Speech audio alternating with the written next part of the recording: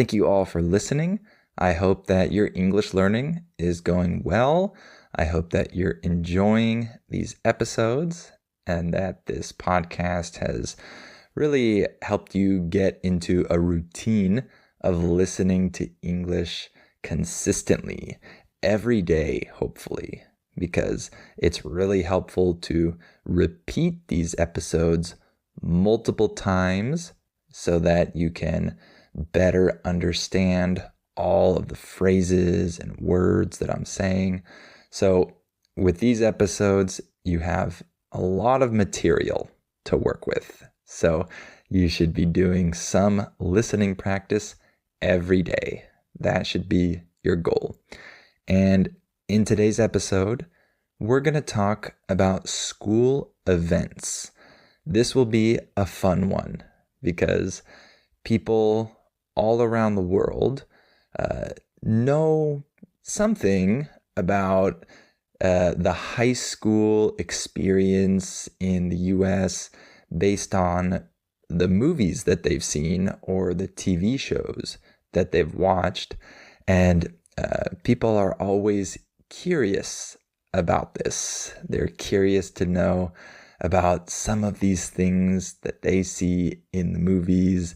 And so I want to talk about some different events that happen during high school in the US, at public schools, and particularly how some of these events went for me when I was in high school during my high school career.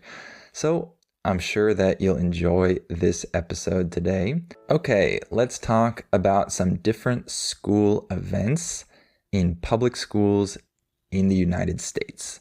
And particularly, I'm talking about high school because that's the most significant school period for most of us. And this is what you often see in movies and on TV and things like that. And so you might have some ideas already about American culture based on high school movies or scenes that take place at high schools in the US when you watch movies and TV shows. It's an interesting topic, I think.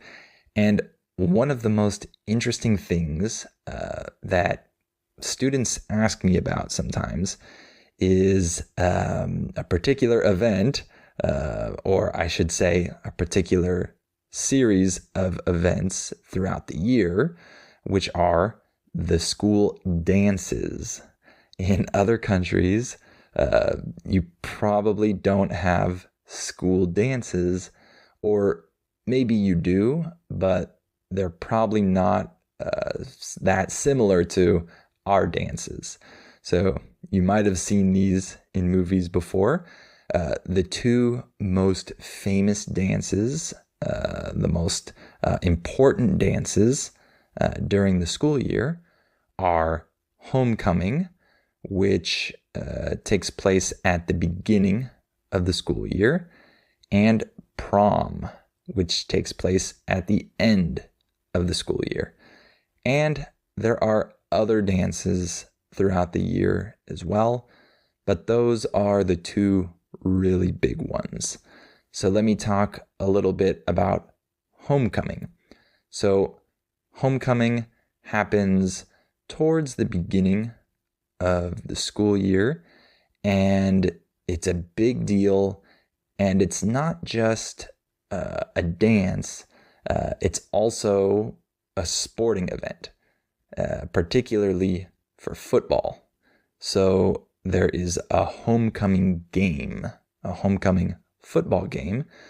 If I remember correctly, I think there are also homecoming games for other sports. I played basketball, but I can't really remember if we had a homecoming game. Maybe not, because I don't think the season had started yet, but I don't remember really. But the one that's big is football. So there's a football homecoming game, which is one of the biggest games of the year. And it's a really exciting event for many people. And not only is there this football game, but there's also the election of a homecoming king and queen. So this is a big deal. The students elect who they want to be their king and their queen. And if I remember correctly, each class of students, meaning freshmen, sophomores, juniors, and seniors, like people in the first year, second year, third year, and fourth year of high school, they all get to elect the king and queen for their year. And you can imagine that it's usually the really popular kids that get elected king and queen. So it's kind of like a popularity contest. And if you are elected king or queen, that's a big honor that you'll probably remember for the rest of your life. And in that moment, when it happens, you feel like you're on top of the world, like you're the most important person ever. It really is a popularity contest, I would say. And so all of that happens, and then there's a dance. And this dance often takes place at a venue off of the school campus. A venue is a place where an event takes place. So, for example, I remember going to one homecoming that was at a hotel in this kind of big room inside of a hotel. But other years, homecoming was just at our school. So it depends on the year and it depends on the school. But homecoming is a big deal. It's a dance that people look forward to. It's an important event. And of course, there's prom, like I mentioned. And this is kind of similar, except it happens at the end of the year. And there isn't a corresponding football game because football season is already over by then. But there's the same type of election for prom king and prom queen. So the same type of popularity contest takes place during this prom time. And at my school, prom was a dance that was for seniors, for people in their last year of high school, except for if you were invited by a senior. So if a boy who was a senior asked a girl who was a junior, let's say, she could go because she was the date of that senior. So that's how it worked at my school, but I think this is different depending on the school. And there are other dances as well. This one really depends on the school. They might have different themed dances. One other one I can think of at my school was MORP, which is prom spelled backwards. And so it was supposed to be like the opposite of prom. It was a really informal dance with informal attire. It was a silly dance, really. By the way, attire refers to the clothes that you wear to some event. And another event, it's related to homecoming, but it's also just its own event, and that is Spirit Week. So this usually happens the week leading up to homecoming. And what happens is that on each day of that week, there's a different theme. So maybe there's 70s day or pajama day or whatever, and people dress up according to the theme of that day. So if it's 70s day, people come to school dressed up as if it were the 70s, that decade. So that's kind of a fun thing that gets people excited, and it adds something fun for them, an extra reason to get excited about going to school that week. I don't really remember Spirit Week that much at my school. That's probably because I didn't participate in it. I was that type of person who would kind of just reject some of these things, some of the things we were supposed to do. So maybe that's why I don't really remember it, because I assume we had it because it's a big thing at many schools, but I just don't really remember it from my school time. And another event that we have is pep rallies. So you might have seen these in movies before. Pep rallies are these events that take place before certain sporting events, and they're meant to get people fired up for that sporting event. When you get someone fired up, this means that you get them really excited and passionate and ready to go for that event. So at my school, these rallies would take place in the middle of the school day, and we were only allowed to go if we were wearing some type of shirt or sweatshirt that had our school's name and colors on it. So we all tried to remember to wear our school clothes on those pep rally days so that we could leave class in the middle of the day and not have class for an hour or whatever and go to these really exciting pep rallies. And at these pep rallies, everyone is yelling and cheering. When you cheer, this means that you yell in support of someone, right? If you cheer for a football team, you're yelling in support of them, right? And there are different activities at these pep rallies.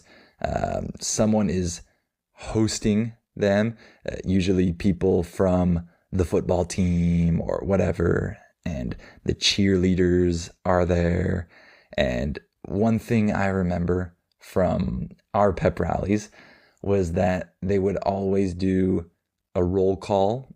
A roll call is what people do when they are trying to see who is present somewhere. So maybe in class, they call every person's name, and that person has to raise their hand or say here. That's a roll call. But at these pep rallies, they would do a roll call for each class of students, like freshmen, sophomore, juniors, and seniors. And so the person would always start with the freshmen and say, are the freshmen here? And then all the freshmen would scream and yell, but then the other classes would boo them. That's what would always happen with the freshmen. And even with the sophomores and juniors, the seniors would always really try to boo them when it was their turn. And then when it was the seniors' turn at the end, it would be really, really loud. The seniors would go crazy and try to make it sound like they were the most important people and there were more of them at the rally. So that's a memory that I have. So all in all, those pep rallies were really exciting. They got people really fired up for different sporting events that would happen afterwards. And it was a great way to skip class for a little while, right? And another event that's really important is grad night. This is only for seniors, and it happens at the end of the school year. So when they're about to graduate, that's why it's called grad night. These seniors get to go somewhere, usually to some amusement park, to have fun all night at that park. When I went to this grad night celebration, it was at Six Flags Magic Mountain, which is a big amusement park here in Southern California. And we got to spend all night at this amusement park with some other schools, other seniors from other schools. But we got to like rent out that park for that night and stay all night there. And there's music and it's really fun. It's kind of like the last big fun thing that people get to do before they graduate. So that's a big thing. And different schools go to different places. And I have some great memories from that night, from staying up all night with my friends at this amusement park, riding the roller coasters. It was cool. And another event, this is not a formal event, but it usually happens every year, is Senior Skip Day. So this day is the day when seniors, people in their last year of high school, don't go to school that day. So a huge percentage of seniors just stay home on that particular day. Again, this is not a formal day, and this is something that schools and the teachers hate. They try to prevent this from happening. They sometimes say that there will be a punishment if you participate in this, but people still do it. Not everyone. Obviously, a lot of people still go, especially the people that really care about getting good grades and are really good students. They tend to still go that day, but other people stay home. I don't really remember this day for me because I assume that I still went to school. I was that type of person too. I didn't stay home if people told me that it was Senior Skip Day. I would just go to school because it wasn't a big deal for me. But for other people, it is. And that's a tradition that's been going on for decades at different schools. So that's one particularly for the seniors. And one other one I wanted to mention, particularly for the seniors, which is another problematic one, the most problematic one, and that is the senior prank day. Okay, so a prank is like a joke that you play on someone else. It kind of has them as the victim of your joke, right? So some of the seniors at some point during the school year think of what they're going to do as their prank. And again, schools hate this, teachers hate this, because these pranks can sometimes be very problematic. And I remember before I was in high school, I think a few years before, my sister was in high school at that time. And that year, the seniors, for the senior prank day, they glued all of the doors shut. So they put glue on all of the doors at night or something like that. And then in the morning, nobody could open the doors to any of the classrooms at the school. And that was a big deal. I think it was even on the news. It was this huge thing, and they were punished for doing that, of course. And it was a big fiasco. A fiasco is kind of like this big series of problems that happen.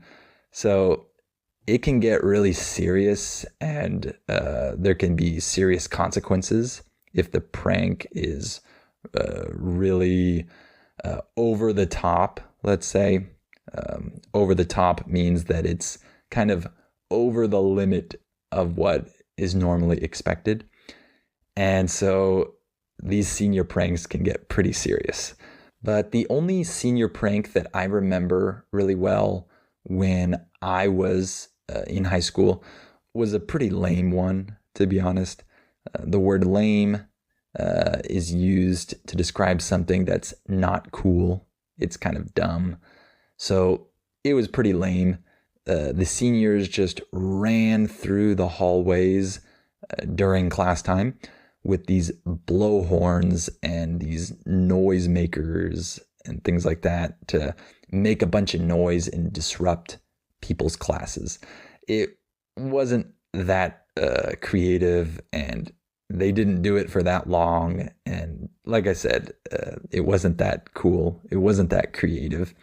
But sometimes people get too creative, and things can get a little bit out of control, right? So that's not a formal event, but it's a tradition that seniors have been doing for many years and decades. So I wanted to mention that. And of course, there are other school events as well, but I'm going to stop there for today because I'm out of time. But I hope you enjoyed hearing about these different events, and I hope it was good practice for your listening. Thank you so much for listening to this episode.